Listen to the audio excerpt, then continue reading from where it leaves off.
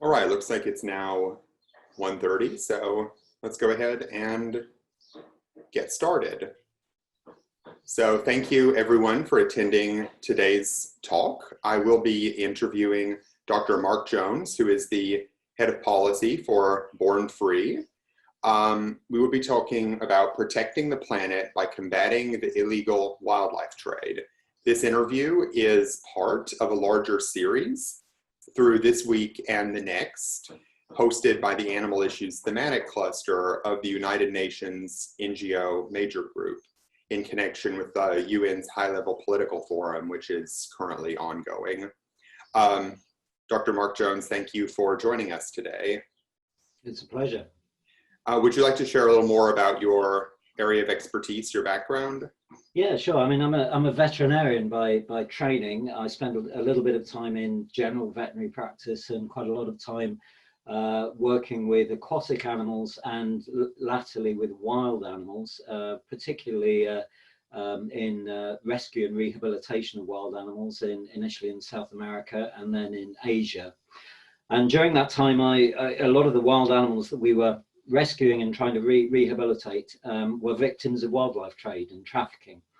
And that's really what got me interested in the whole issue of wildlife trade and the impact that it has on individual animals and also at a species and ecosystem level, and also the broader impacts that it has on human societies.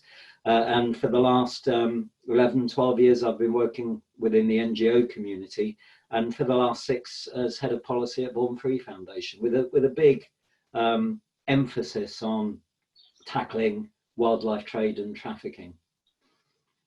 Okay. So tell us, why should combating the illegal wildlife trade be a priority for sustainable development? Well, illegal wildlife trade is an environmental issue, as well as being a human security and development issue, which is pushing vulnerable and endangered species towards extinction. But it's also putting lives and livelihoods at risk and fueling corruption and conflict. The conflict, crime and corruption associated with wildlife trafficking represent, I think, major roadblocks to achieving prosperity and making progress on the Sustainable Development Goals. It's worth reminding ourselves that last year we saw the publication of the IPBES Global Assessment of Biodiversity and Ecosystem Services. I'm sure most folk who are listening in are familiar with this, but it made for pretty grim reading. There are roughly 150 hard-nosed scientists from across 50-odd countries who put together the assessment, described nature's decline as unprecedented, estimated that 1 million species are at risk of extinction. They identified overexploitation of organisms as a major cause alongside other things such as changes in land and sea use. And they called for transformative changes to halt the decline and restore nature. And wildlife crime and illegal wildlife trade in particular form a big part of that overexploitation of wild species and are therefore significant drivers of biodiversity loss. The global illegal wildlife trade is estimated to be worth something like $23 billion annually. And if you add in illegal logging and fishing, the figure is probably closer to 200 billion.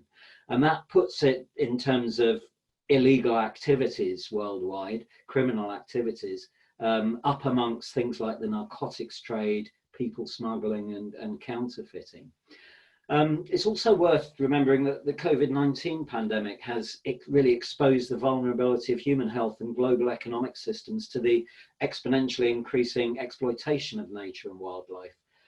Now, while the exact source of the COVID-19 pandemic hasn't yet been confirmed, certainly the majority of emerging human infectious diseases, which are increasing markedly, are thought to be zoonotic in origin, i.e. they originate from animals, and COVID-19 is widely believed to be one example of this. Now, of course, not all such diseases emerge as a result of illegal wildlife trade.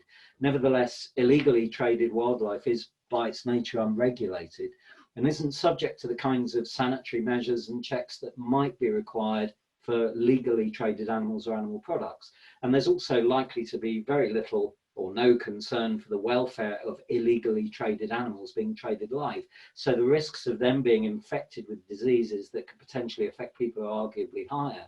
So Tackling illegal wildlife trade is a key component of tackling biodiversity loss and reducing human health risks from zoonoses, which in turn are key priorities in the efforts to achieve the Sustainable Development Goals. Indeed, there are specific targets under SDG 15, Life on Land, which call for urgent action to end the poaching and trafficking of protected species of flora and fauna, address the demand and supply of illegal wildlife products, and enhance global support for these efforts, including by increasing the capacity of local communities to pursue sustainable livelihood opportunities.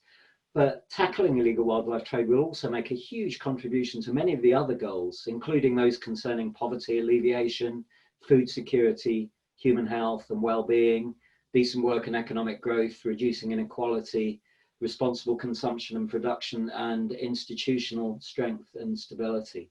So for me, it's, tackling this issue has to be central to the achievement of the Sustainable Development Goals. Okay, so you sort of preempted one of my follow-up questions, which was, is tackling the illegal trade as currently defined enough, as the legal trade in wildlife is actually much greater than illegal trade? I believe by some estimates, the legal trade is somewhere around 300 billion annually, compared to up to 23 billion for the illegal trade. But is there a need for tighter regulations making more of the currently legal trade illegal? And is there any role for practices such as regulated hunting or captive wildlife farming as legal forms of the wildlife trade? I think that's a really important point. You know, we're sort of talking about tackling illegal wildlife trade, but tackling illegal wildlife trade in and of itself isn't a panacea. And of course, as I mentioned,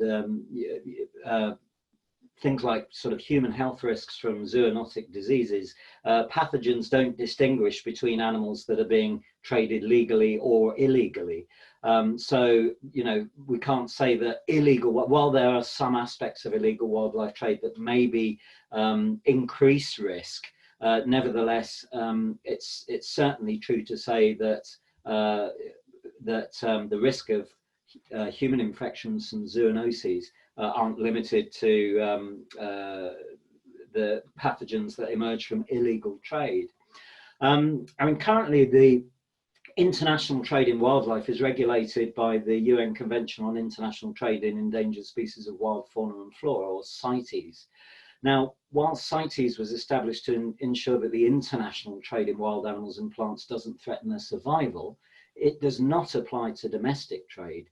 And CITES requires parties to penalise rather than criminalise breaches, and it only applies to less than 0.5% of the world's 8 million odd species. Nor does CITES include animal or public health criteria in its decision making.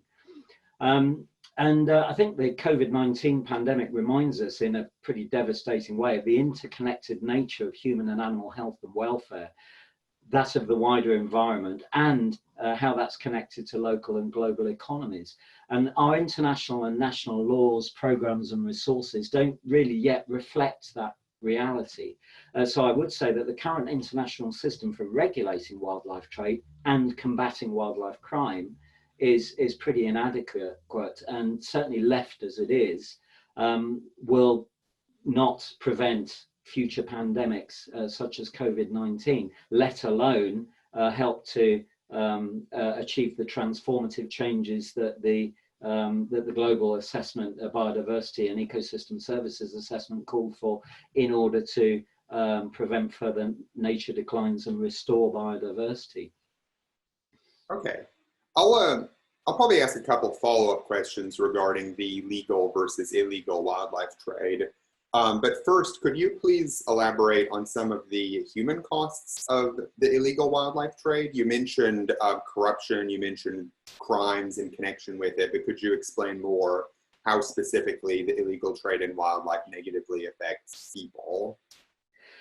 Sure. Overexploitation of wildlife, including the illegal killing, trade and consumption of wild species, is among the most destructive and destabilizing threats to wildlife. And of course, it affects elephants, rhinos, lions, tigers, pangolins, sharks. They're just some of the higher profile species among the many thousands of species of animals and plants, both great and small, which are severely affected by trade and trafficking. But wildlife crime doesn't only impact wildlife. Wildlife trafficking, particularly of high value products such as elephant ivory, rhino horn, pangolin scales and so on, is lucrative. And it's seen as a low risk, high return activity by criminal organizations. And as such, I think a great deal of wildlife trafficking is transnational, is controlled by organized criminal groups, and is fueled by corruption. And a significant proportion of the funding for various terrorist operations is reportedly obtained through participation in the global illicit wildlife trade. And the activities of these organized criminal networks have devastating impacts on local people and local economies in areas where wildlife poaching and trafficking takes place. Poor local people are often recruited to poach wildlife to enable the traffickers to get hold of the valuable products that they're after.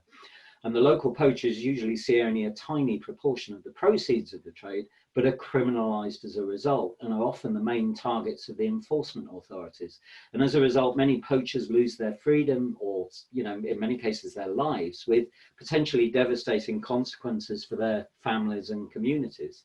I think it's also important to reflect on the fact that roughly 1,000 park rangers have also been killed in conflict with poachers over the past decade. And that fact will have similarly devastating consequences for their families and their communities. And the illegal wildlife trade also robs people of their natural heritage. It disrupts natural ecosystems and the services they provide to people. And it's estimated to cost governments tens of billions of dollars each year in lost revenues.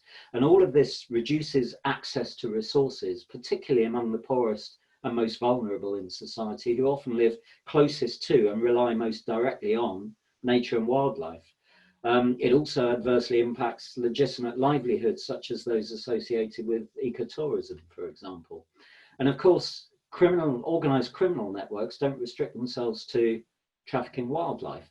Their activities may also extend in an area to the trafficking of people or narcotics or arms or whatever, with all the well-documented impacts on individuals, local communities, and political and economic stability that entails. So the impacts on people are very, very far-reaching. And we mustn't forget as well the impacts of products that are traded, or the potential impacts of wildlife or wildlife products that are traded on people who are handling and consuming those animals or those products, in terms of potential health risks, which we've already mentioned, from zoonotic diseases, but also in terms of the messaging that comes with some of those products. There are claims, medicinal claims made about wildlife products like rhino horn or pangolin scales, which are effectively being marketed to people on a false premise, and that obviously has all kinds of potential consequences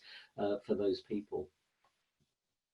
On the other side of the equation, how do factors such as poverty, hunger, other forms of inequality contribute to people's participation in the wildlife trade? And how can these be addressed equitably in efforts to shut down the trade? Well, yeah, COVID-19, other human pandemics like HIV and Ebola, which also have animal origins, have as we've said, a disproportionately damaging impact on poorer people who often lack access to medical assistance and even basic hygiene facilities, and on the economies of poorer countries. But poverty and hunger may also lead people to target wildlife for subsistence use. We've seen reports of upsurges in the killing of wildlife for bushmeat during the current pandemic, particularly by people who are, perhaps living on the breadline and who have been denied access to their normal sources of food. And this, of course, puts pressure on beleaguered wildlife populations, but it also potentially exposes those people to further health risks and can also bring them into conflict with the authorities, or for that matter, with others who are targeting wildlife for commercial purposes. Poverty may also drive people to become involved in illegal activities coordinated by criminal networks on the promise of quick financial returns, with all the consequences we've already discussed.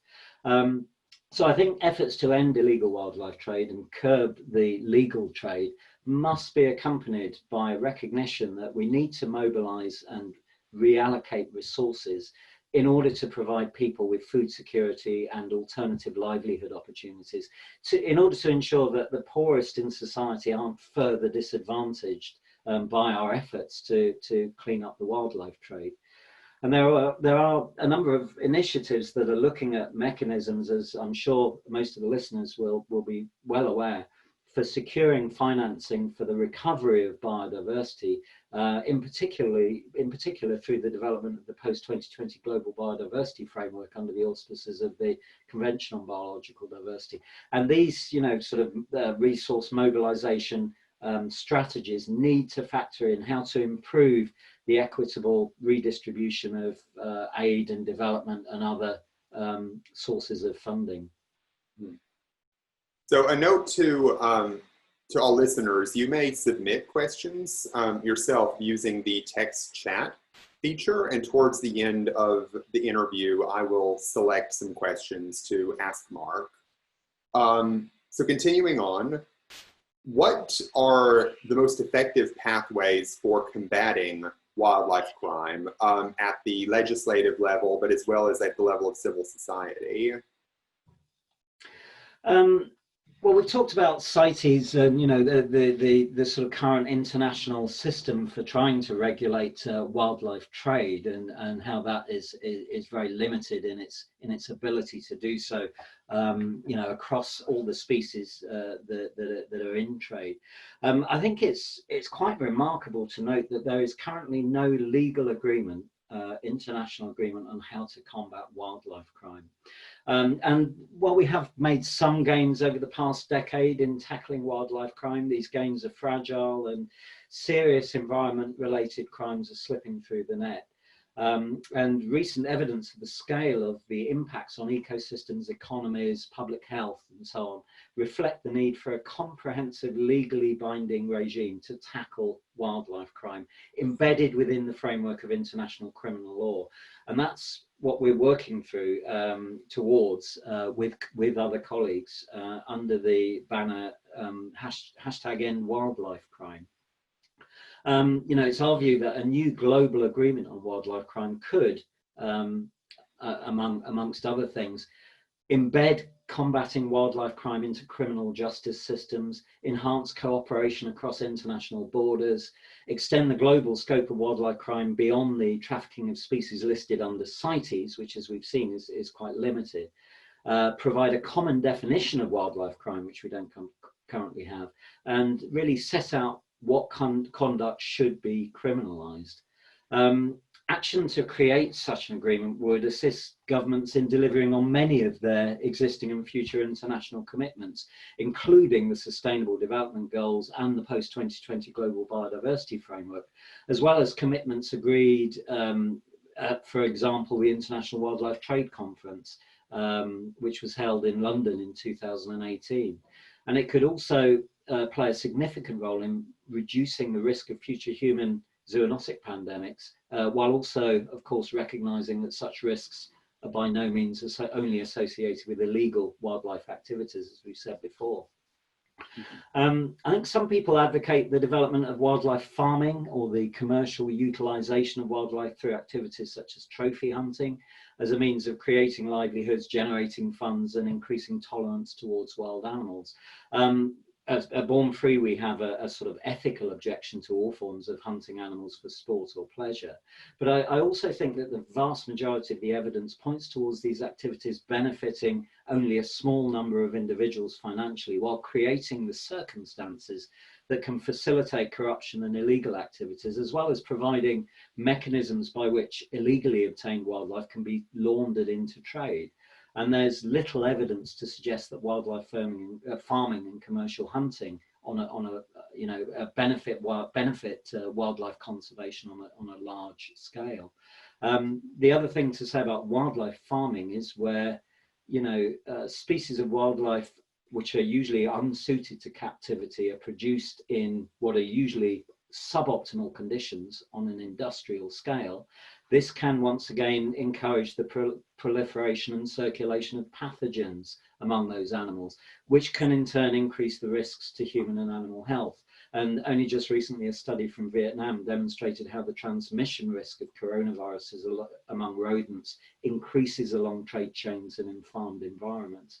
So, you know, I think we need new agreements on wildlife crime, new internationally accepted, legally binding agreements on how to tackle wildlife crime. We need those criminal activities to be criminalized and treated as serious and predicate offences by governments. And we need all the associated infrastructure in place so that the enforcement authorities and the judicial authorities and the prosecutorial authorities are equipped in order to deal with the criminals who conduct these activities, and the international cooperation is in place both directly between governments and through international bodies such as Interpol, in order to make sure that the criminal networks that are controlling illegal wildlife trade can be effectively dismantled. What are the main political obstacles that must be overcome in order to successfully combat wildlife crime as you've described?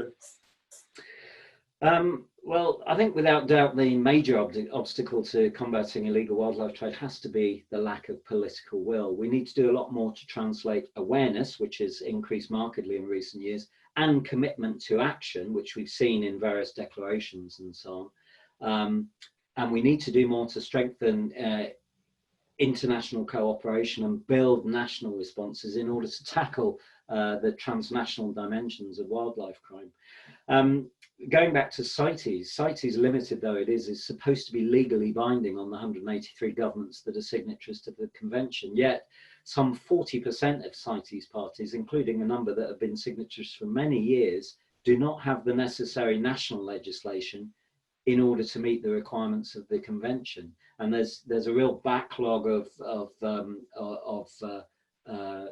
national legislation that needs to be put in place in order just to implement the current regulatory framework, international regulatory framework that exists, limited though that is, as we've said already. And in spite of United Nations resolutions and other international declarations expressing commitment among governments to tackle the issue, many countries still don't treat wildlife crime as a serious crime and don't criminalize wildlife offences. And as we've said, enforcement, prosecutorial and judicial authorities often lack the training and resources to deal with offences involving wildlife. And tackling wildlife crime is often left to parks and wildlife authorities who simply don't have the resources or even often the mandate to do the job effectively. So it's vital that illegal wildlife trade is recognised by governments as a serious, organised and predicate crime, and that all legal avenues are pursued to dismantle the criminal organisations that control it. Tackling illegal wildlife trade needs to be mainstreamed across relevant government departments and private sector organisations, and enforcement authorities need to work with those in other countries, as we've said, alongside transnational bodies such as Interpol.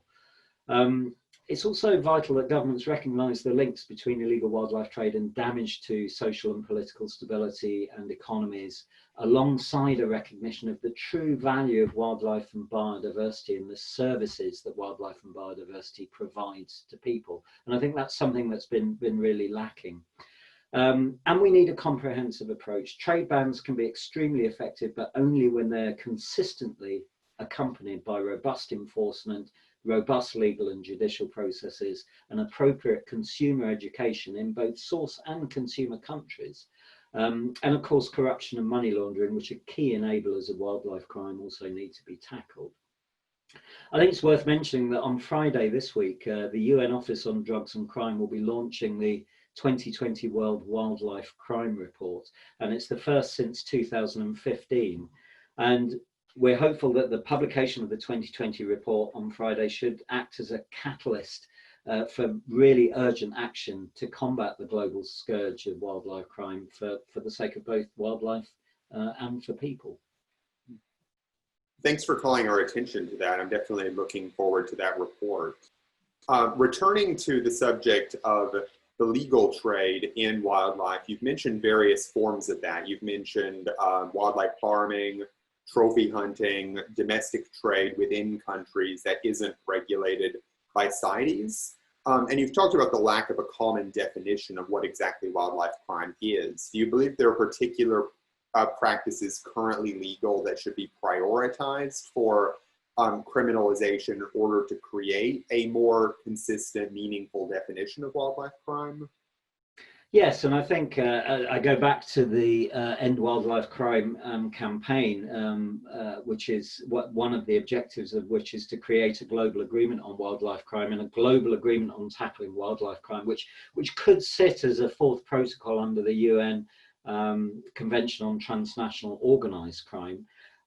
Given that the wildlife crime is transnational, wildlife trafficking by its nature is transnational and is largely controlled by organized criminal groups. Part of the output of that process would be to create an internationally accepted definition of wildlife crime and a commitment, a legally binding commitment among signatory governments in order to take wildlife crime seriously and criminalize those offences. But this nexus between legal and illegal wildlife trade is really problematic because, as I've mentioned before, in respect of things like wildlife farming, which is sometimes promoted as a way of, if you like, flooding markets with farmed wildlife products in order to try and satiate demand and reduce the impact or the pressure on wild populations of animals. There's very little evidence that really works. But what it does do is provide a legal mechanism through which illegally obtained wildlife products can be laundered, and we've seen many examples of that. Some very high profile examples. For example, and this is something that occurred some time ago, but may still be occurring to some extent. A few years back, the trade in rhino horn, and as many of your listeners will know, rhino horn reached enormous per kilo values in markets in the likes of Vietnam and China. But trade in rhino horn into Vietnam, illegal trade, was facilitated through the trophy hunting process with what was dubbed as pseudo hunting, where hunters, so-called hunters, were given permits to trophy hunt rhinos and take the trophy, which would include the horn, out of particularly South Africa and import it into Vietnam, where the horn could then be moved into illegal trade. It's just one example. It's a particular example that was very high profile, but it does provide an example of the problems that exist when you have legal and illegal trade in the same products sitting next to each other. And I think what we're desperately driving for is consistency across the globe in the approach to the trade in high value, particularly high value wildlife products that are being traded internationally. We're seeing this with elephant ivory, for example, which the international trade, the cross-border trade, in which has been largely banned through CITES since the late 1980s, but where legal trade still exists within countries. And it really complicates and obfuscates enforcement efforts when you have legal and illegal products being traded next to each other. So with ivory, we've seen the efforts to secure domestic bans. We've seen calls for domestic bans from CITES itself and from other forums, international forums, and we have seen the implementation or the development and implementation of domestic bans in some key consumer countries, such as China, such as the US, such as the UK, and some other European countries, and other countries are in the process of implementing bans. I think once we have really comprehensive international and domestic level bans on elephant ivory, there's a chance that we'll finally begin to see a diminution of the poaching of elephants, which has devastated their populations over recent decades across Africa. All right, well, we're just about out of time, but I do have one audience question that I will ask from Ginny Desmond, who asks, often alternative livelihoods rely upon replacing the consumption of wildlife with consumption of other sentient beings.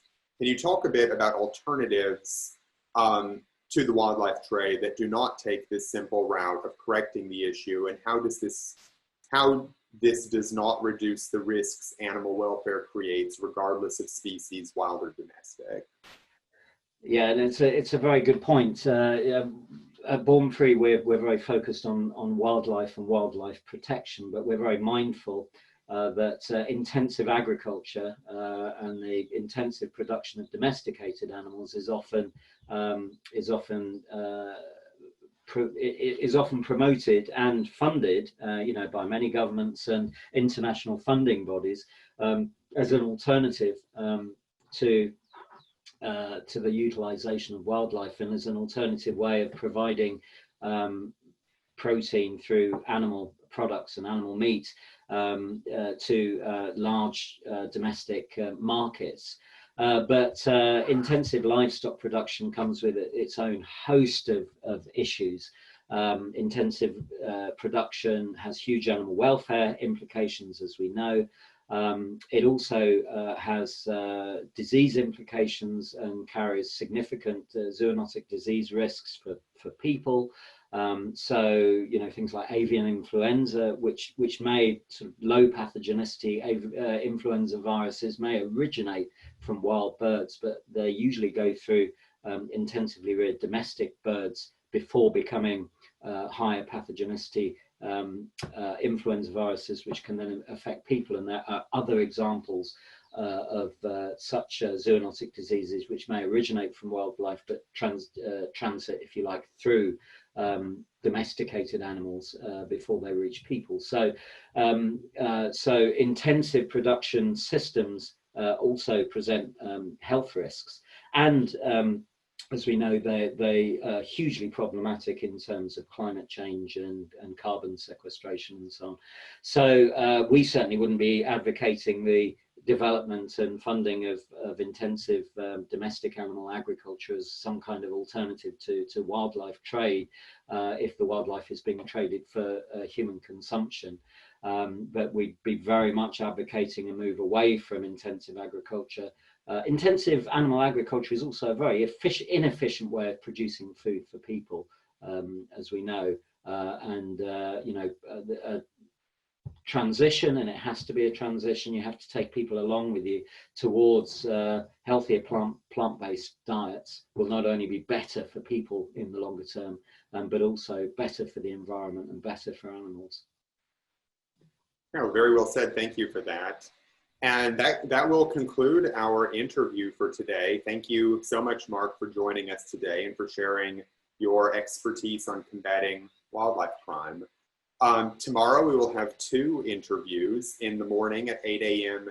US Eastern Time, we'll be interviewing Morris Darbo, who is the founder of the Liberia Animal Welfare and Conservation Society, on youth engagement for animal welfare in Liberia. And then at 1:30, we'll be interviewing Aviram Rosen, who is a co-founder of Sadana Forest, on nourishing people and protecting nature with sustainable food systems. So thank you to everyone who's attended today, and I look forward to tomorrow's interviews as well. Thank you, Mark. Thank you very much.